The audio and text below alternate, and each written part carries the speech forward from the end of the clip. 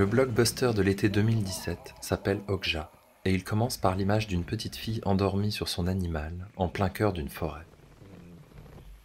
S'il faut chercher une origine à la première partie du film, on pourrait la trouver chez Miyazaki, son bestiaire et ses natures splendides.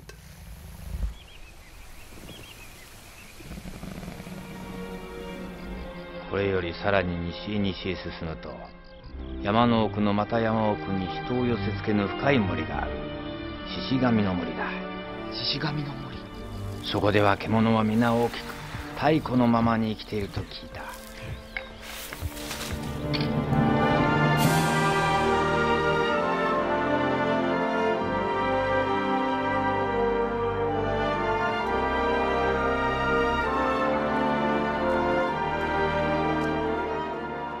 Okja est le 6e long métrage du réalisateur sud-coréen Bong Joon-ho.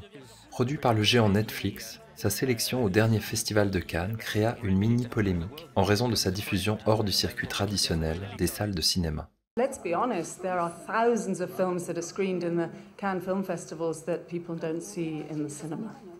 The most beautiful and the most esoteric films that people never see in the cinema. It's all an evolutionary process, and Netflix have given Bong Joon-ho the chance to make his absolutely liberated vision a reality, and for that I'm so grateful. La petite Mija vit dans les montagnes avec son grand-père en élevant Okja, un super cochon modifié génétiquement. Ce qu'elle ne sait pas, c'est qu'il l'élève pour le compte de la diabolique société Mirando, en référence à peine masquée à l'entreprise de biotechnologie agricole Monsanto. Déjà, les images de la fiction et celles de la réalité s'entremêlent.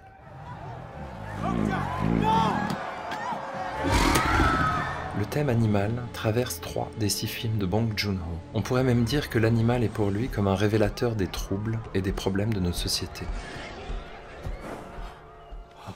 Son très beau premier film, encore inédit en France, a pour titre anglais « Barking Dogs Never Bite », « Chien qui aboie ne mord pas », et date de 2000.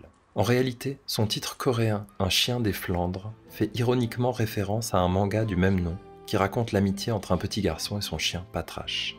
Heureux sans attache, Patrache, gentil chien des Flandres. Il ne reste pas grand-chose de cette innocente amitié et de ce monde verdoyant dans Barking Dogs Never Bite. Au contraire, le personnage de Yoon-ju est hanté par le fantôme d'un petit chien après l'avoir étouffé car il l'empêchait de travailler. Le film décrit une société oppressante, dans laquelle les gens vivent sans espace vital et dans une ville ultra polluée. Il affronte aussi le tabou de la viande canine, puisqu'en parallèle, le concierge de l'immeuble vole les chiens des locataires pour les manger.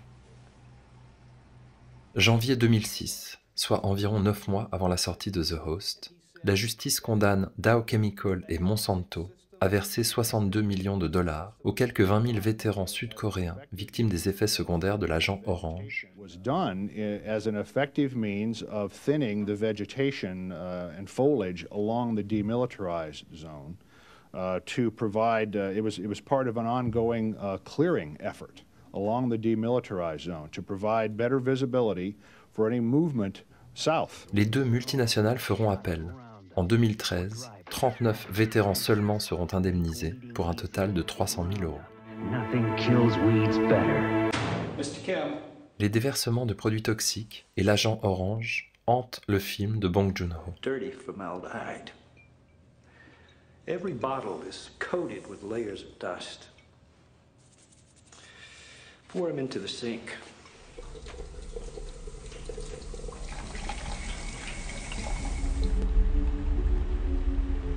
C'est ainsi que naît le monstre de The Host, le grand frère vengeur et anthropophage d'Okja.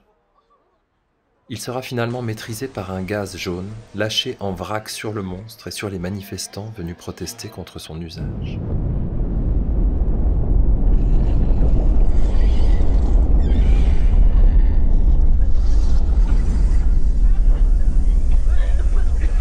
Et c'est encore dans un imaginaire de manifestation que dans Okja, les militants du Front de libération animale dévoilent au monde les supplices infligés aux super cochons. Come on, now. Johnny! Des images et des sons qui évoquent à la fois celles divulguées par les militants de la cause animale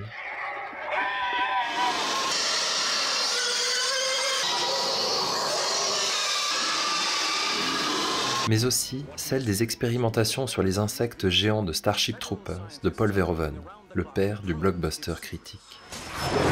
Once we understand the bug, we will defeat it.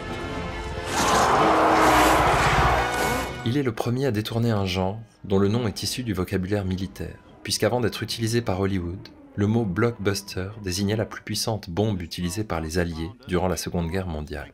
Verhoeven est le premier à doper cet objet ultra-commercial d'une portée politique et critique, comme dans cette scène où les héros se réjouissent d'avoir fait naître la peur chez leur adversaire. What's it thinking, Colonel? It's afraid. It's afraid!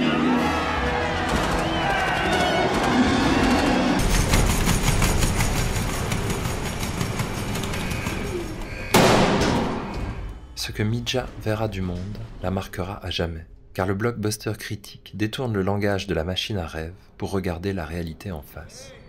De retour chez soi, le paradis est fade, il a comme un goût amer. On a vu le mal, on a tué le dieu cerf.